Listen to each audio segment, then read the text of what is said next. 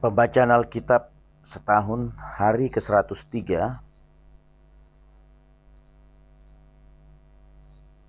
13 April, dari Mazmur 45. Untuk pemimpin biduan menurut lagu bunga bakung, dari Bani Korah, nyanyian pengajaran, nyanyian kasih. Hatiku meluap dengan kata-kata indah, aku hendak menyampaikan sajaku kepada Raja. Lidahku ialah pena seorang juru tulis yang mahir. Engkau yang terelok di antara anak-anak manusia, kemurahan tercurah pada bibirmu, sebab itu Allah telah memberkati engkau untuk selama-lamanya. Ikatlah pedangmu pada pinggang, hai pahlawan, dalam keagunganmu dan semarakmu. Dalam semarakmu itu majulah demi kebenaran. Peri kemanusiaan dan keadilan. Biarlah tangan kananmu mengajarkan engkau berbuat perbuatan-perbuatan yang dahsyat. Anak-anak panahmu tajam, menembus jantung musuh raja. Bangsa-bangsa jatuh di bawah kakimu. Tahtamu kepunyaan Allah, tetap untuk seterusnya dan selamanya. Dan tongkat kerajaanmu adalah tongkat kebenaran. Engkau mencintai keadilan dan membenci kefasikan. Sebab itu Allahmu telah mengurapi engkau dengan minyak sebagai tanda kesukaan, melebihi teman-teman sekutumu. Segala pakaianmu berbau mur, gaharu dan cendana. Dari istana gading permainan kecapi menyukakan engkau. Dari Lukas 15. Para pemungut cukai dan orang-orang berdosa biasanya datang kepada Yesus untuk mendengarkan Dia. Maka bersungut-sungutlah orang-orang Farisi dan ahli-ahli Taurat, katanya, Ia menerima orang-orang berdosa dan makan bersama-sama dengan mereka. Lalu Ia mengatakan perumpamaan ini kepada mereka. Siapakah di antara kamu yang mempunyai 100 ekor domba, dan jikalau ia kehilangan seekor di antaranya, tidak meninggalkan yang 99 ekor di padang gurun, dan pergi mencari yang sesat itu sampai ia menemukannya. Dan kalau ia telah menemukannya, ia meletakkannya di atas bahunya dengan gembira, dan setibanya di rumah ia memanggil sahabat-sahabat dan tetangga-tetangganya, serta berkata kepada mereka, bersukacitalah bersama-sama dengan aku, sebab dombaku yang hilang itu telah kutemukan. Aku berkata kepadamu, demikian juga akan ada sukacita di sorga karena satu orang berdosa yang bertobat, lebih daripada sukacita karena 99 orang benar yang tidak memerlukan pertobatan.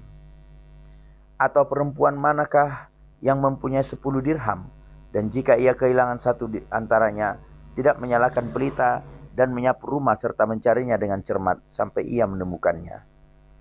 Ia memanggil sahabat-sahabat dan tetangga-tetangganya serta berkata, bersukacitalah bersama-sama dengan aku, sebab dirhamku yang hilang itu telah kutemukan. Aku berkata kepadamu, demikian juga akan ada sukacita pada malaikat-malaikat Allah karena satu orang berdosa yang bertobat.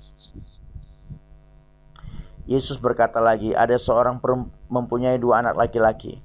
Kata yang bungsu kepada ayahnya, Bapa, berikanlah kepadaku bagian harta milik kita yang menjadi hakku. Lalu ayahnya membagi-bagikan harta kekayaan itu di antara mereka.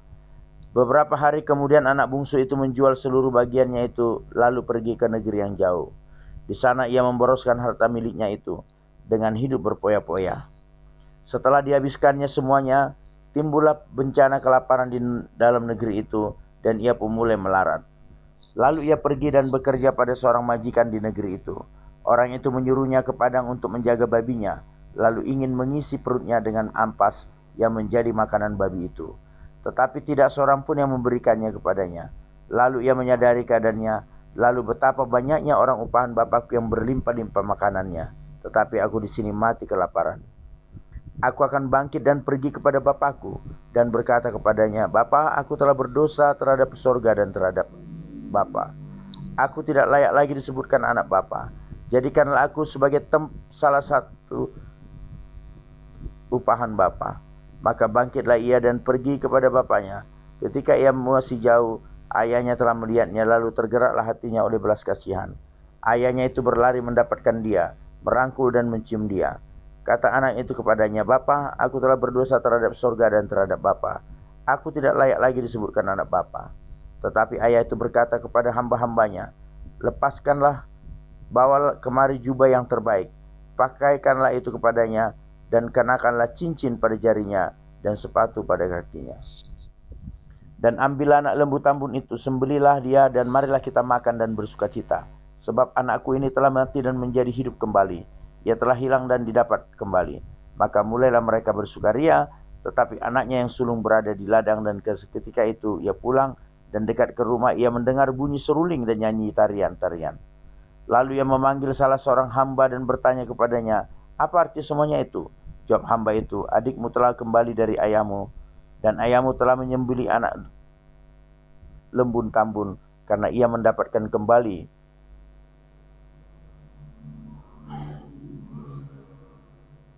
dengan sehat." Maka marahlah anak sulung itu dan ia tidak mau masuk. Lalu ayahnya keluar dan bercerita tentang dia. Tetapi ia menjawab ayahnya, katanya, "Telah bertahun-tahun aku melayani bapa dan belum pernah aku melanggar perintah bapa. Tetapi kepadaku belum pernah bapa memberikan seekor anak kambing untuk bersukacita dengan sahabat-sahabatku. Tetapi baru saja datang anak bapa yang telah memboroskan harta kekayaan bapa bersama-sama dengan pelacur-pelacur. Maka bapa menyembelih anak lembu tambun itu untuk dia. Kata ayahnya kepadanya, 'Anakku, engkau selalu bersama-sama dengan aku, dan segala kepunyaanku adalah kepunyaanmu. Kita patut bersukacita dan bergembira, karena adikmu telah mati dan menjadi hidup kembali. Ia telah hilang dan didapati kembali.'" Ulangan 19. Apabila Tuhan Allahmu sudah melenyapkan bangsa-bangsa yang negerinya diberikan kepadamu oleh Tuhan Allahmu, dan engkau sudah menduduki daerah mereka dan diam di kota dan rumah-rumah mereka, maka engkau harus mengkhususkan 3 kota di dalam negeri yang diberikan Tuhan Allahmu kepadamu untuk diduduki. Engkau harus menetapkan jauhnya jalan dan membagi dalam 3 bagian wilayah negeri yang diberikan Tuhan Allahmu untuk dimiliki olehmu, supaya setiap pembunuh dapat melarikan diri ke sana. Inilah ketentuan mengenai pembunuh yang melarikan diri ke sana dan boleh tinggal hidup. Apabila ia membunuh sesamanya manusia dengan tidak sengaja dan dengan tidak membenci dia sebelumnya. Misalnya apabila seseorang pergi ke hutan dengan temannya untuk membelah kayu. Ketika tangannya mengayunkan kampak untuk menebang pohon kayu, mata kapak terlucut dari gagangnya, lalu mengenai temannya sehingga mati. Maka ia boleh melarikan diri ke salah satu kota itu dan tinggal hidup. Maksudnya supaya jangan penuntut tebusan darah sementara hatinya panas dapat mengejar pembunuh itu, karena jauhnya perjalanan menangkapnya dan membunuhnya. Padahal pembunuh itu tidak patut mendapat hukuman mati, karena ia tidak membenci dia sebelumnya. Itulah sebabnya aku memberi perintah kepadamu demikian. 3 kota haruslah kau khususkan. Dan jika Tuhan Allahmu sudah meluaskan daerahmu nanti, seperti yang dijanjikannya dengan sumpah kepada nenek moyangmu, dan sudah memberikan kepadamu seluruh negeri yang dikatakannya akan diberikan kepada nenek moyangmu. Apabila engkau melakukan dengan setia perintah ini yang kusampaikan kepadamu pada hari ini, dengan mengasihi Tuhan Allahmu, dan dengan senantiasa hidup menurut jalan yang ditunjukkannya, maka haruslah engkau menambah 3 kota lagi kepada yang 3 itu, supaya jangan tercurah darah orang yang tidak bersalah di negeri yang diberikan Tuhan Allahmu kepadamu, menjadi milikmu dan hutang darah melekat kepadamu. Tetapi apabila seseorang membenci sesamanya manusia dan dengan bersembunyi menantikan dia, lalu bangun menyerang dan memukul dia sehingga mati, kemudian melarikan diri ke salah satu kota itu, maka haruslah para tua-tua kotanya menyuruh mengambil dia dari sana dan menyerahkan dia kepada penuntut tebusan darah, supaya ia mati dibunuh. Janganlah engkau merasa sayang kepadanya. Demikianlah harus kau hapuskan darah orang yang tidak bersalah dari antara orang Israel, supaya baik keadaanmu.